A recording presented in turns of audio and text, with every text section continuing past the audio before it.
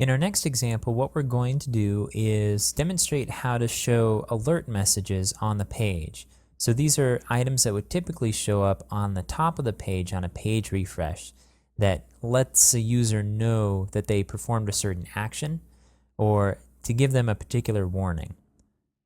So I'm going to go ahead and jump to the module directory and go ahead and open up step 15, which is called ajax-status-messages, and open that up.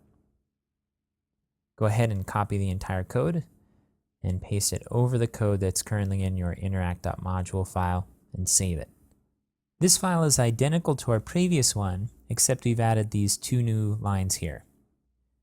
Typically, when we want to display a message to the user, we use a utility function called Drupal set message, and that's exactly what we're going to do here. We're passing it the text you just performed an Ajax reload. But by default, this text won't display on the page, so we need to render that when we load the new Ajax content. And we do that by adding a command, and what we're going to do is prepend this content to our change.me item, which is where our new content will display.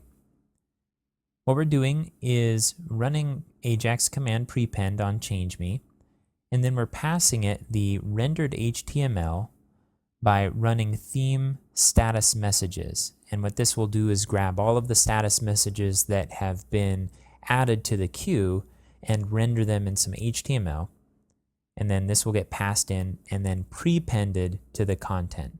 Now again, this is a command that exists in that ajax.inc file, and it allows us to run the jQuery prepend command.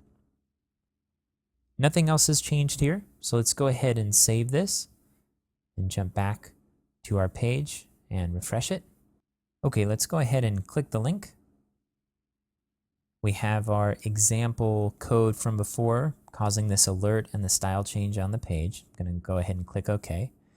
And then down here, we have our status message rendered at the top of our new content, which is exactly what we wanted to do.